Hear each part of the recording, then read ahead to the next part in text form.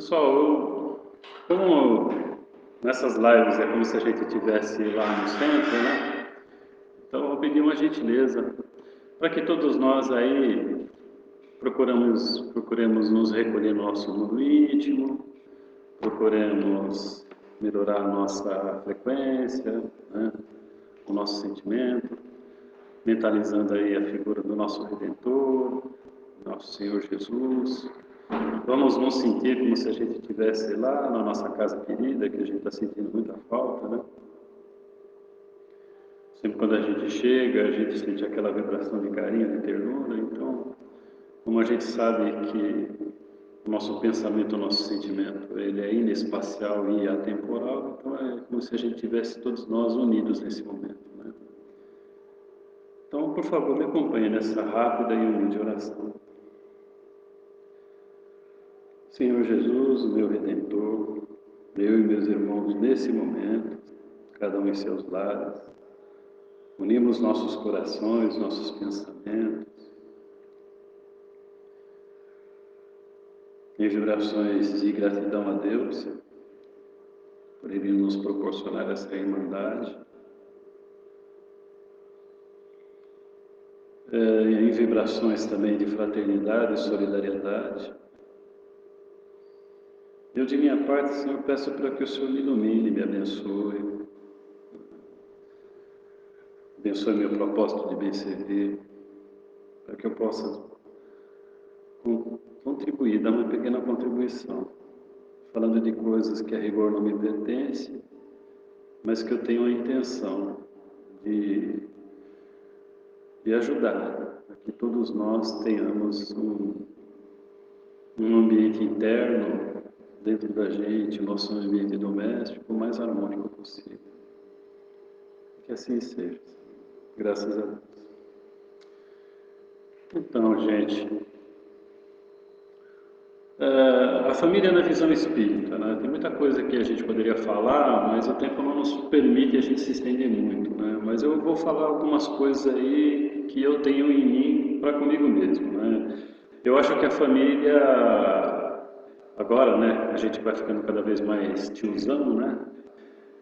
Eu percebo que a família, ela acabou tendo uma mudança muito grande, porque na minha época as famílias elas eram bem numerosas. Eu mesmo sou mais velho de 6 irmãos, era comum uma família de 7, 8. Eu tenho uma tia minha que ela desencarnou faz uns 15 dias, ela foi mãe de 18 filhos, né? Então, as famílias elas eram muito mais numerosas. Os papéis também eram bem mais definidos. Então a mãe era sempre aquela, né, que se desdobrava e lavava, passar a cozinha para todo mundo, o pai era o provedor, raramente algum casal que se separava, se divorciava, né? E a gente meio que ia se criando, porque os pais não davam conta da gente. Se a gente quisesse ter alguma coisa, a gente tinha que sair cedo logo de casa, né? Tinha que batalhar e tal.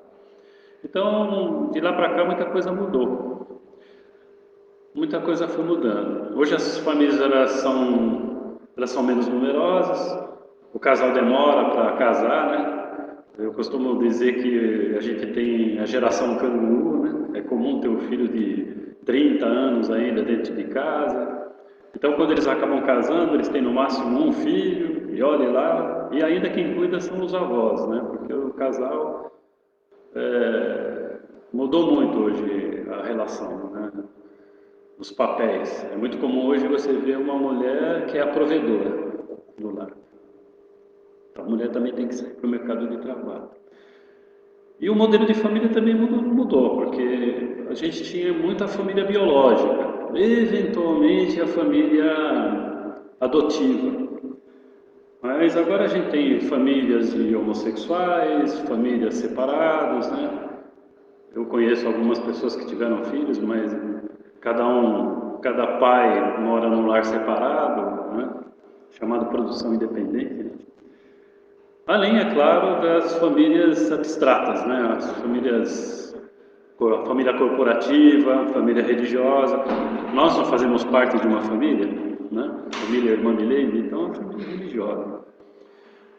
Mas, Dentro da visão espírita, Emmanuel ele tem uma afirmação muito interessante, que eu gostaria de ler na íntegra para fazer alguns comentários. Ele fala assim, ó, a família consanguínea entre os homens pode ser apreciada como centro essencial dos nossos reflexos.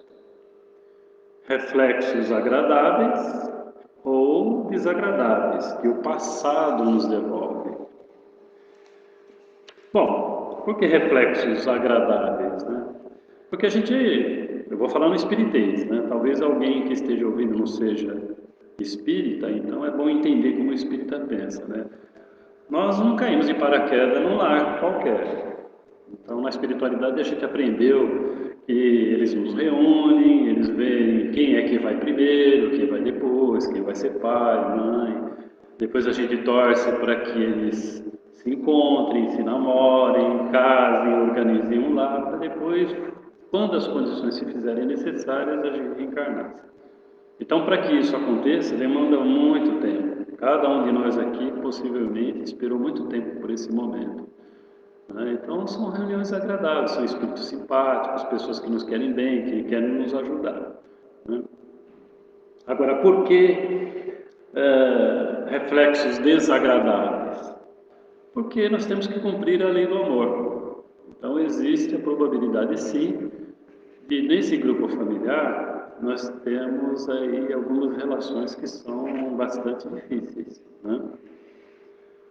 Lá no Evangelho de Mateus, capítulo 5, versículo 25, Jesus ele diz assim: concilia-te depressa enquanto estás com o seu adversário, né? Enquanto estás a caminho do seu adversário. Por que ele pediu urgência nisso? Talvez a gente, à luz do Espiritismo, a gente entenderia, né? Para que ele não fosse depois um filho problema, um casamento difícil, né?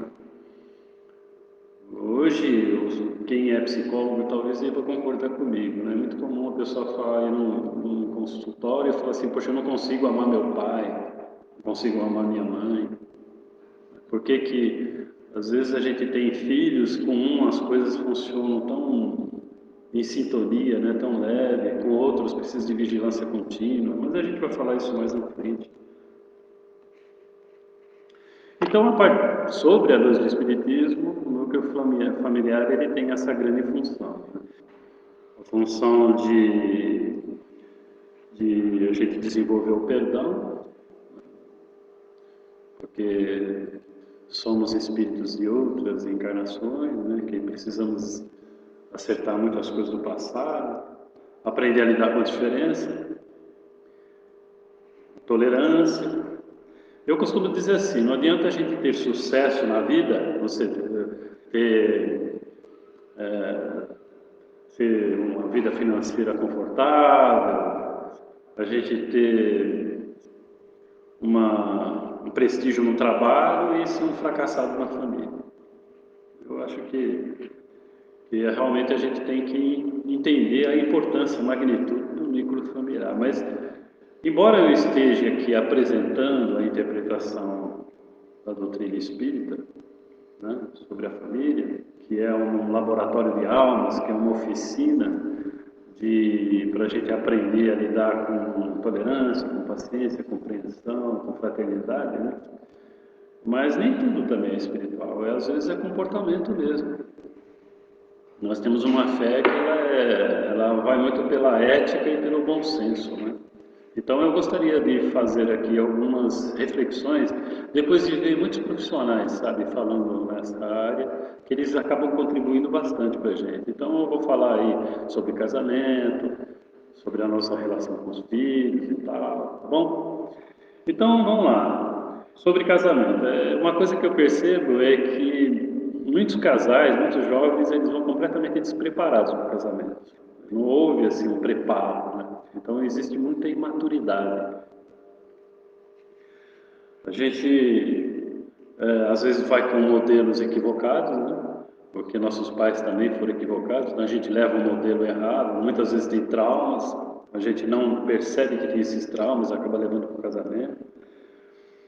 A gente tem a tendência de achar que no casamento o outro é que tem que atender às minhas expectativas, às minhas exigências. A gente não entende de que é uma estrada de mão dupla, né? Tem direitos e deveres dos dois lados.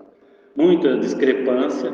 Essa discrepância quem apresenta é o psiquiatra falecido, né? Flávio Gicovati. Ele fala assim, às vezes um casal tem lá, o marido, ele é uma pessoa popular, ele é uma pessoa que gosta de reuniões sociais, ele gosta de estar entre amigos, a mulher é caseira, né? Ela gosta de uma vida mais doméstica, então essa discrepância pode gerar desconforto. Às vezes a mulher ela é religiosa, ela segue os ritos da sua religião e o marido é do mundão. Outra discrepância. Às vezes a mulher gosta de se informar, procura estar sempre se atualizando, estudar, e o marido gosta de uma vida mais simples, mais provinciana.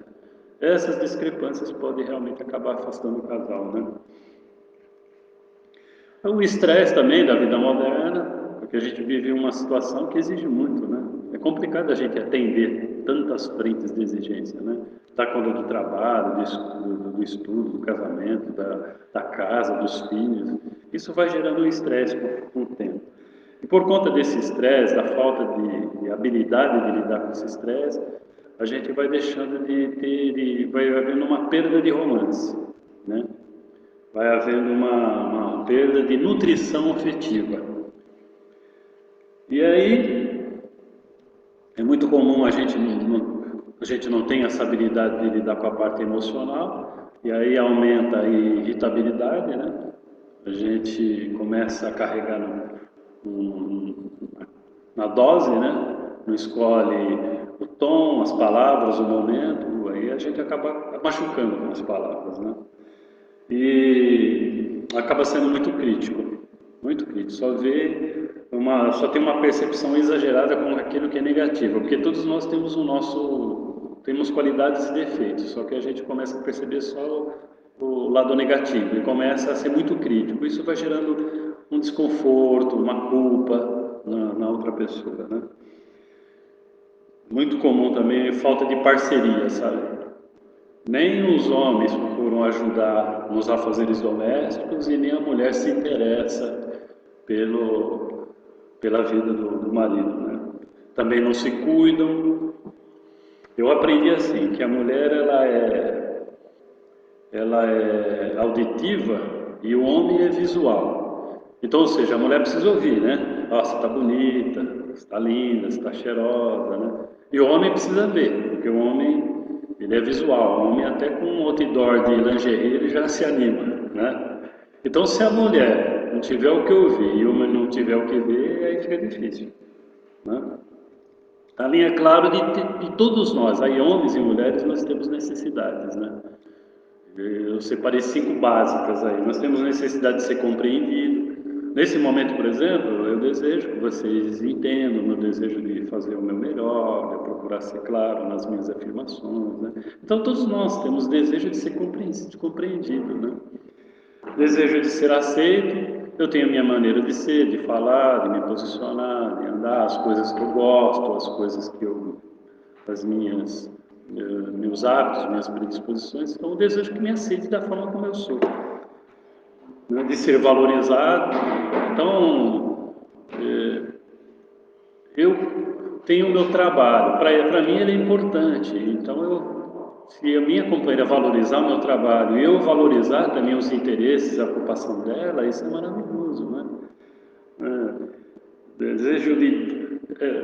A gente também tem a necessidade de decidir por que tudo tem que ser no meu jeito, no meu tempo e da minha forma, né?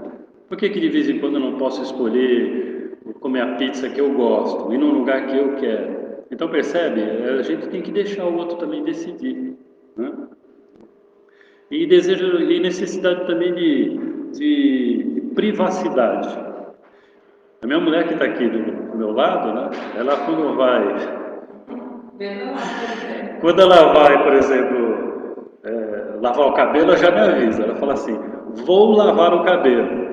E aí vai lá, fica no chuveiro, passa um creme, depois passa outro, e passa outro. É um verdadeiro ritual. Ela já me avisa porque é o tempo dela, é o momento importante dela. Então eu não posso implicar, tem que deixar, né? A privacidade dela. E ela também sabe que eu gosto de ficar na minha caixa do nada, como diz o pastor Cláudio Duarte lá, né? Eu gosto de ficar pegar de vez em quando, ficar no sofá, pegar o meu controle remoto e ficar pulando de canal em canal sem assistir nada. É o meu momento. Então a gente tem necessidade sim de privacidade, tá bom? É claro, né, que a gente também tem alguns perigos, eu gostaria de falar deles, né? Porque quando a gente entra nesse processo de casamento desgastado, né, por não ter habilidade de lidar, para não ter habilidade de lidar com esse mundo íntimo, isso começa a afetar nas nossas relações mesmo. A gente começa a comprometer, falar o que não deve, não escolhendo o tom, as palavras, o momento, falando no caso de tudo como eu disse, né? E isso com o tempo vai migrando para as agressões, principalmente na frente dos filhos. E aí a gente está criando uma situação meio complicada, porque os filhos vão vendo esse modelo, eles vão falar assim, vou casar para quê? Para depois ter isso na minha vida, né? Então eles observam muito. Eu aprendi assim, quem fala esquece, mas quem vê aprende. E, né? Então, se eles estão vendo o nosso exemplo, a gente está falando a mesma coisa, não é verdade? E aí, quando a gente entra nessa situação, é muito comum a gente começar a fantasiar, eventualmente acabar abrindo porta para relações extraconjugais. E aí é interessante, né? Porque vamos imaginar que o marido, depois de tudo isso acontecido, ele tenha lá uma relação extraconjugal. Porque às vezes o casal está tão agastado, mas ele não tem coragem, eles não têm coragem de abrir mão do patrimônio que demoraram para construir, tem filho pequeno, né? Tem muita coisa em jogo, então eles vão levando essa situação degradante. Aí se o marido tiver lá uma relação clandestina, a mulher também são quatro infelizes, porque eles não podem parecer de pouco de mão dada. Então é uma situação bem degradante, né? Então para isso, para que isso não aconteça, é bom a gente evitar, né, essas reuniões, relações para que chegue nesse nível de desgaste, né? A gente evitar fantasias mentais. Uma dica que eles dão interessante também é a gente evitar comentar essas particularidades com outras pessoas. Porque o ideal é falar com um psicólogo. A gente vai falar com o nosso fã-clube e eles geralmente não sabem opinar, né? Eu costumo dizer assim, que em briga de marido e mulher sempre tem três versões, a dela, a dele e a verdadeira. E qual que é a verdadeira, né? E essas pessoas muitas vezes não querendo nos ajudar, falam, se você deixar isso acontecer é porque você é boba mesmo e tal. Então eles não sabem. Então evitar ficar comentando a nossa vida particular com outras pessoas, né? Uma dica muito importante para que isso não aconteça é a gente lembrar do nosso começo. O começo sempre é muito amoroso, né? É sempre muito romântico. É bom resgatar esse começo para manter vivo esse romance, né? Manter sempre um diálogo honesto e principalmente, gente, a religiosidade. Ela é fundamental na relação conjugal. Mas eu vou falar um pouquinho mais adiante sobre isso. Bom, depois tem os filhos pequenos, né? E os filhos? Na minha opinião, na minha opinião, os filhos, hoje os pais, eles cometem um erro. Hoje a gente tem muito acesso a esse mundo virtual, né? Esse mundo interativo, existe uma parafernália eletrônica, então os pais querem essas babás eletrônicas mesmo. Então os filhos, eles ficam lá e é interessante, tem um dado que diz que quando a criança ela vai para a alfabetização pré-escola, elas já ficaram mais de 5.000 horas na frente do monitor. E isso traz um prejuízo, né? 75% dessas crianças, elas tiveram privação de sono. 30% tiveram um retardo no desenvolvimento motor. E todas tiveram um maior índice do aumento de agressividade. Olha só que coisa, né? Então é melhor a gente tem, e é interessante, principalmente nesse momento de pandemia, a gente vê, né? Vocês devem ter visto aí na internet, né? Coisas engraçadas, porém sérias, né? Porque está tendo os professores estão colocando aulas virtuais, aí os pais não conseguem acompanhar, tem pai que briga com o professor, dizendo que está passando muita atividade. Eu sei tudo isso porque minha mulher é professora. Então a gente está percebendo que o pai está equivocado, ele acha que a escola tem o dever de educar, quando na realidade a escola ela tem que passar informação, a educação tem que vir de casa. Tenho uma amiga minha que ela é psicóloga, ela falava assim, ó, os pais têm até os 5 anos para passar valores para os seus filhos. Valores, né? Obrigado, por favor, dá licença, né? Bom dia, essas coisas. Se você perdeu, se você não conseguiu passar esses valores, aí você só administra dali para frente. Então essa fase é muito importante.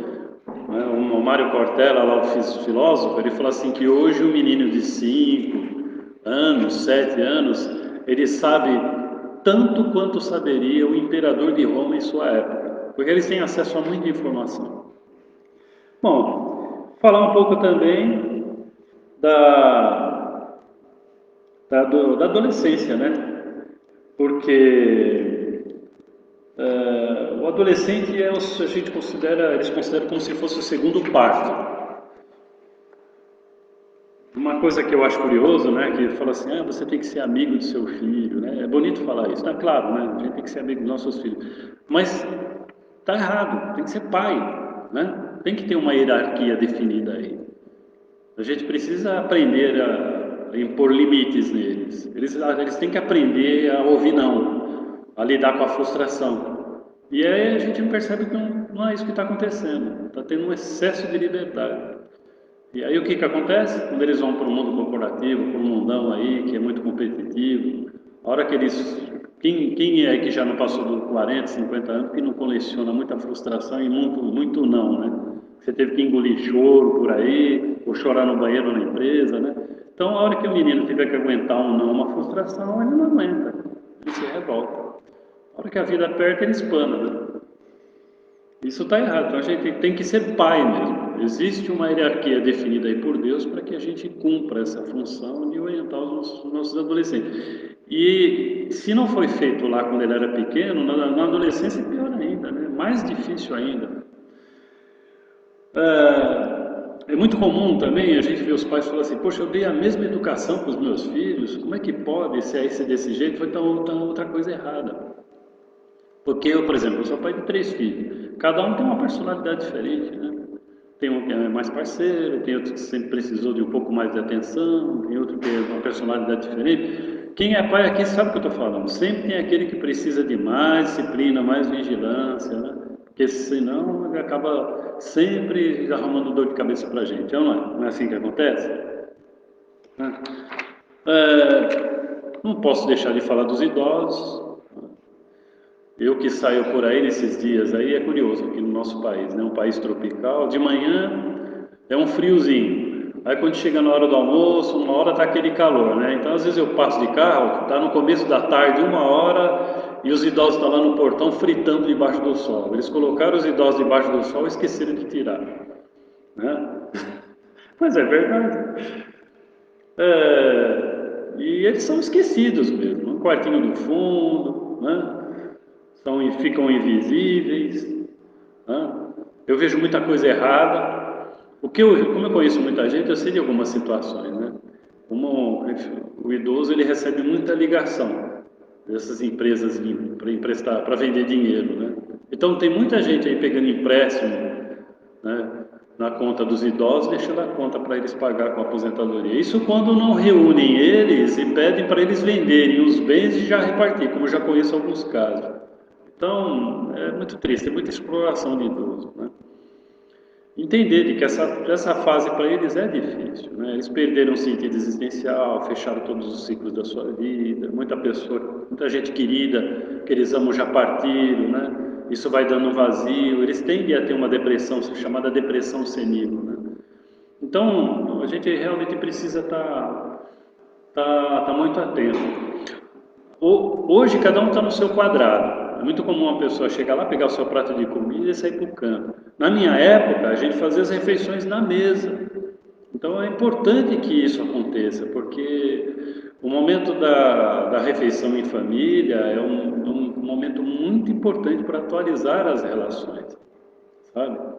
Vamos, por exemplo, imaginar um filho pequeno. Se ele estiver sofrendo bullying na escola, e você não ficar sabendo, isso vai trazer sequelas para o resto da vida dele.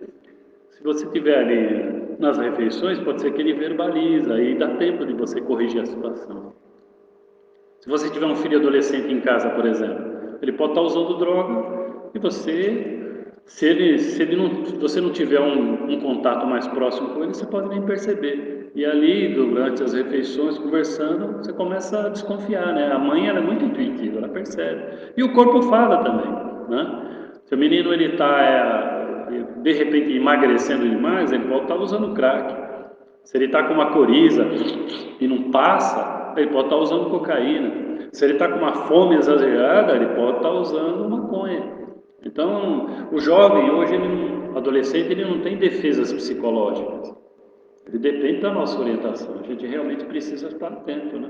Então, a refeição em família, como eu repito, é importante momento para atualizar as relações. Se um casal está brigado, fica aí um dia, 2 dias sem se falar, na hora de refeição é obrigado a conversar. Nos filhos você também conversa, com o idoso também, você começa a ficar atento. Se ele está tendo algum comportamento, vem notando que está aí com Parkinson, com Alzheimer, dá tempo de você medicar, né, e atender ele adequadamente, né? Então é muito importante, sabe, gente? É claro que eu não posso esquecer também da família corporativa, né? Porque a gente vive um mundo onde as exigências estão cada vez maiores, né? Você já deve ter ouvido falar sobre ambientes de trabalhos tóxicos, né? Em que o chefe, ele exige demais dos seus funcionários, né? Gente que é perseguido, muita intriga, muita picuinha. Então, ou seja, gente, é, é muito complicado, né? Nas nossas relações de família, por conta dessa falta de habilidade, dessa inabilidade de lidar com pensamentos, sentimentos e emoções, a gente tem muita mágoa das nossas famílias, dos nossos dramas, porque talvez a gente até aceitaria isso se fosse de uma pessoa que não fosse da nossa família, mas sendo sangue do nosso sangue, isso exacerba o nosso sentimento, porque a gente fala assim, como pode meu irmão, sangue do meu sangue, ter feito isso comigo, né? Como pode minha mulher, meu marido não ter brincado com meus sentimentos? Como pode meu pai e minha mãe ter dito o que disse? Então a gente precisa entender de que todos nós somos filhos de Deus, somos aprendizes da vida, às vezes a gente se equivoca. E no ambiente corporativo, um querendo puxar o tapete do outro. E aí é muito comum ódios, vinganças, sabe? A gente querer prejudicar para tomar um lugar de alguém, né? Então, nesse sentido, a fé ela é uma autoproteção, sabe?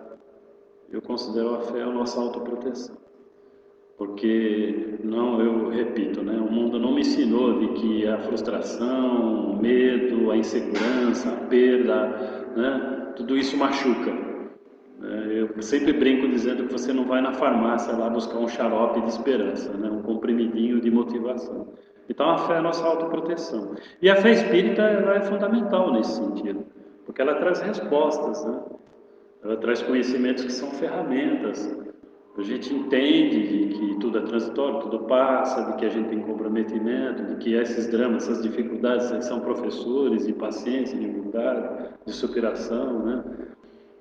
A gente ressignifica muita coisa, diminui nossos índices de autopiedade, de autocompaixão, e a gente procura ser mais proativo, né? E a fé espírita, ela estimula o evangelho no lar.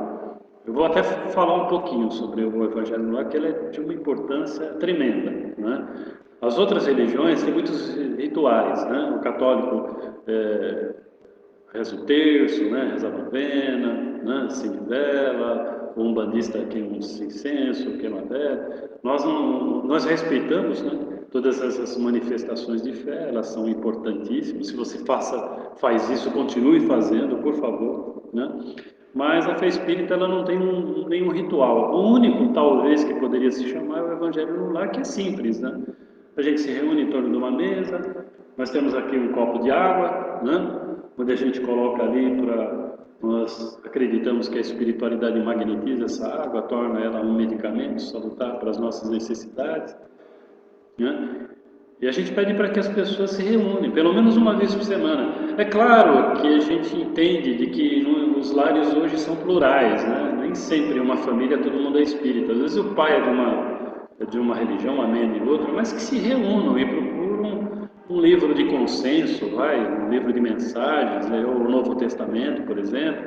Façam uma prece, leiam um trecho do Evangelho, discutam o que cada um achou sobre aquele trecho do Evangelho, encerra com uma oração, toma-se a água, e olha, os benefícios são fantásticos. Embora o Espiritismo como instituição recomende-se fazer uma vez por semana, eu acho que devia ser todo dia, porque 5 minutinhos a mais vai ajudar pra caramba, né?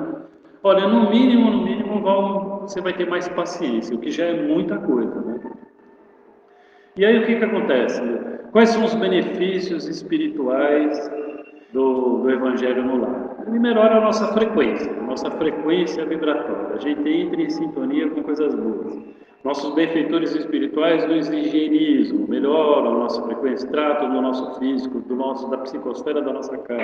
Se tiver alguma companhia espiritual, algum desafeto, ele também é beneficiado, também é tratado.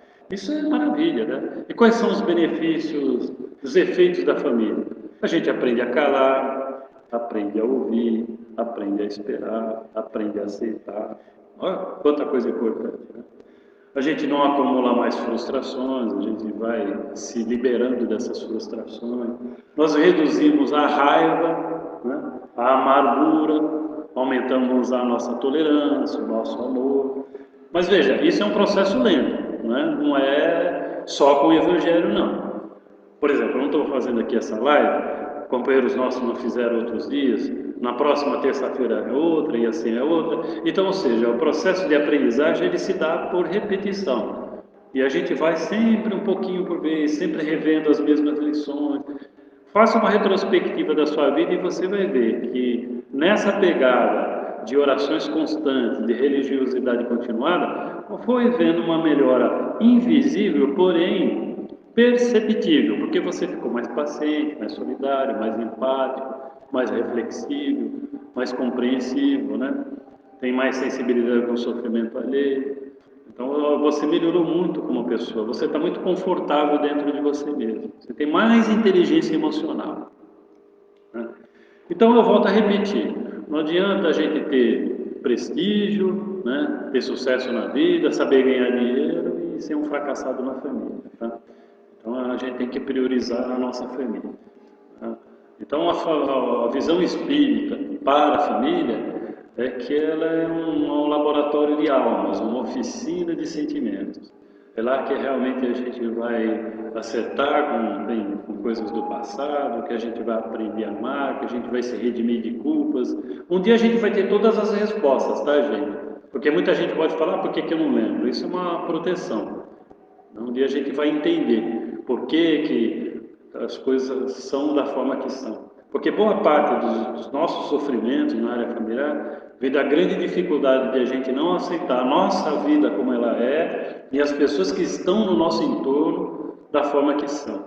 O Evangelho lá, né, a visão espírita sobre a família, ela dá essa inteligência emocional, a gente transcende, então a gente começa a esperar, compreender e aceitar muita coisa. E entender de que os mecanismos das divinas leis criaram as circunstâncias para a nossa própria proteção. E a família é uma bênção, gente, é nosso porto seguro. Se você ficar lá doente, internado no hospital, quem é que vai cuidar de você, né? Eu moro perto de um presídio aqui. Às vezes eu passo lá em frente, eu vejo longas filas nos dias da visita. Quem que eu vejo lá? Pai, mãe, filhos, esposas.